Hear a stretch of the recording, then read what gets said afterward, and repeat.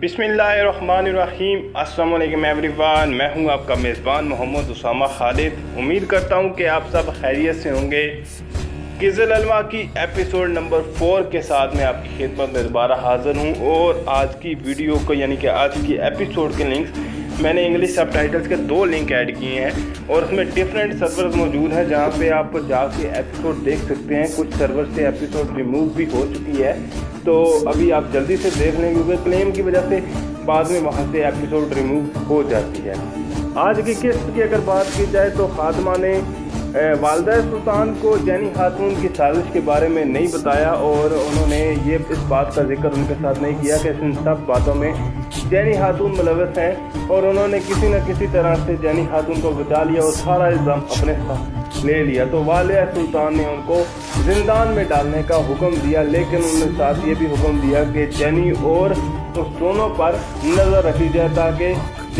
तमाम इक़दामात का पता चल सके और उनको उन पर कुछ हुकूक व शुबहात हैं। और इसके बाद होता ये है कि मारा खातून जो कि जिंदान में होती हैं उनको बुलाया जाता है और वालदा सुल्तान के हुजूर में पेश किया जाता है, जहाँ पे एक दफ़ा फिर से वालदा सुल्तान उनसे माफ़ी मांगती हैं और अपनी निज़ामत का इजहार करती हैं। और इसके बाद महमद और अलाउद्दीन का सीन दिखाया जाता है, जहाँ पे अलाउद्दीन, जैसा कि आपको मालूम है कि लास्ट एपिसोड में अलाउद्दीन ज़ख्मी हो गए थे,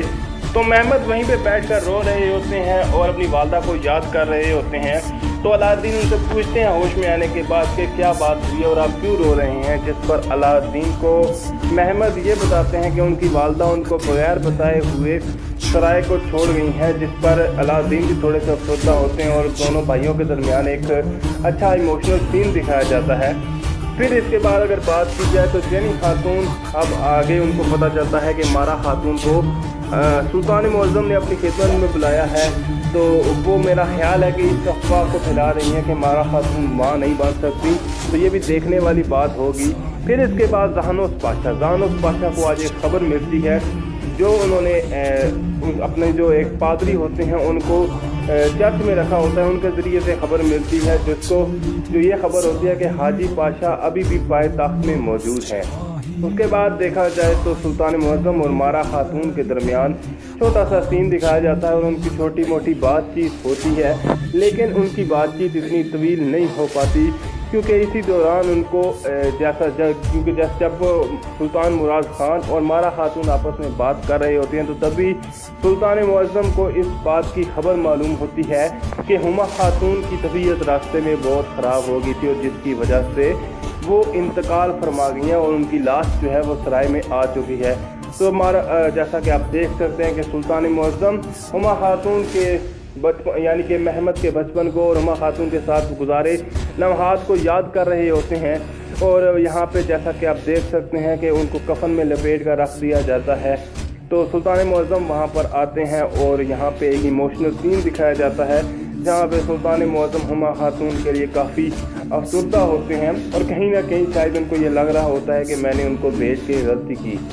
तो बात की जाए जहानोस पाशा की, तो जहानोस पाशा इन तमाम हालात के दौरान हाजी पाशा के बारे में खलील पाशा को इन तमाम बातों की खबर करते हैं कि हाजी पाशा अभी भी पायताख्त में मौजूद हैं और वो अपने जलावतनी की जगह पर नहीं गए। फिर इसके बाद शहजादे महमद को जब पता चलता है तो वो भागते हुए आते हैं और सुल्तान मुअज़्ज़म उनको रोक लेते हैं, लेकिन बाद में जैसा कि आपको मालूम है कि शहजादे महमद को भी ये बात पता है कि सुल्तान मुअज़्ज़म ने ही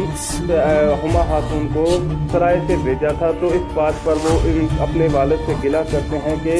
आप अगर उनको ना भेजते तो हो सकता है हुमा खातून यानी कि उनकी वालदा जिंदा होती, और उन्होंने ही उनको जानबूझकर इस किले से भेजा, जिसके बाद वो अपनी वालदा के ऊपर सर रखकर रो रहे होते हैं और यहाँ पे भी एक इमोशनल सीन होता है। जिसके बाद शहजादे महमद को इस बात की असल हकीकत मालूम होती है कि अक्स शम्सुद्दीन ने ही सुल्तान मुअज़्ज़म को हुमा खातून को सराय से दूर भेजने का मशवरा दिया था, जिस पर वो अक्स शम्सुद्दीन पर यानी कि शेख पर काफ़ी गुस्सा होते हैं और उनको कहते हैं कि मैंने आपको बाकी उस्तादों से मुख्तलिफ समझा था, लेकिन आपने मुझे अपना आखिरी दर्स दे दिया है कि आप सब लोग एक जैसे हैं। तो देखते हैं कि अगली किस्तों में अक्स शम्सुद्दीन और शहज़ादे महमद फिर दोबारा किस तरह से करीब आते हैं और सुल्तान मुअज़्ज़म भी शहज़ादे का हाल जानने के लिए उनके कमरे में जाते हैं, लेकिन मारा खातून उनको तसल्ली दे रही होती है तो वो वहीं से वापस चले जाते हैं। अब अगर बात की जाए कि ज़हानोफ़ पाशा ने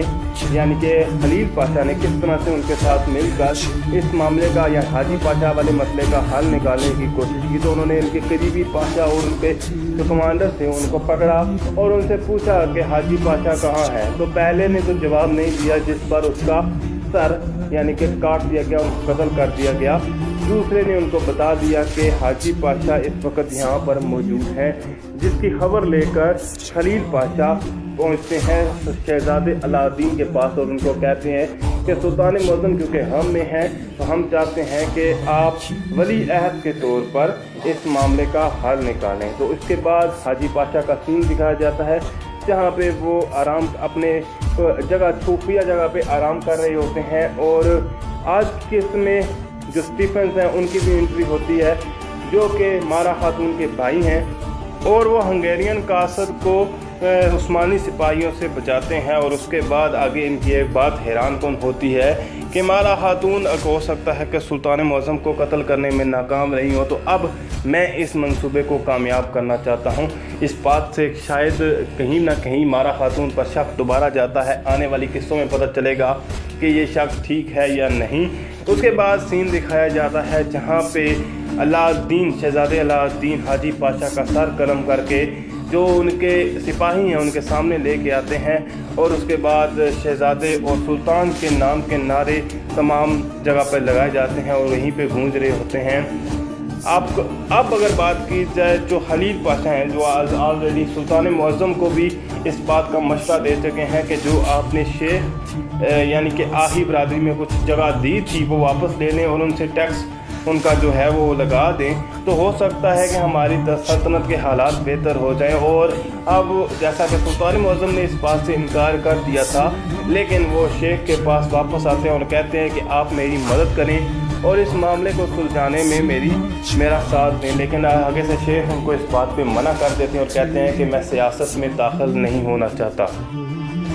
आज की किस्त के लास्ट सीन की बात की जाए जहाँ पे मारा खातून और सुल्तान मुराद आपस में बातचीत कर रहे होते हैं और उसके अलावा साथ ही साथ ये भी देखा जाता है कि जैनी खातून पर सुल्तान वालिदा सुल्तान ने काफ़ी अच्छी तरह से नज़र रखी हुई और उनके हर कदम को देख रही हैं कि वो क्या करती हैं। वहीं पे शहज़ादे महमद जो हैं वो उसी जगह पर बैठे रो रहे होते हैं जहाँ पे उनकी अक्सर वालदा के साथ एक सीन दिखाया जाता है कि वहाँ पे वालदा के साथ उनकी बात हो रही थी, तो वहीं पे बैठकर वो वालदा की याद में रो रहे होते हैं। और शेख शमसुद्दीन भी दिखाए जाते हैं।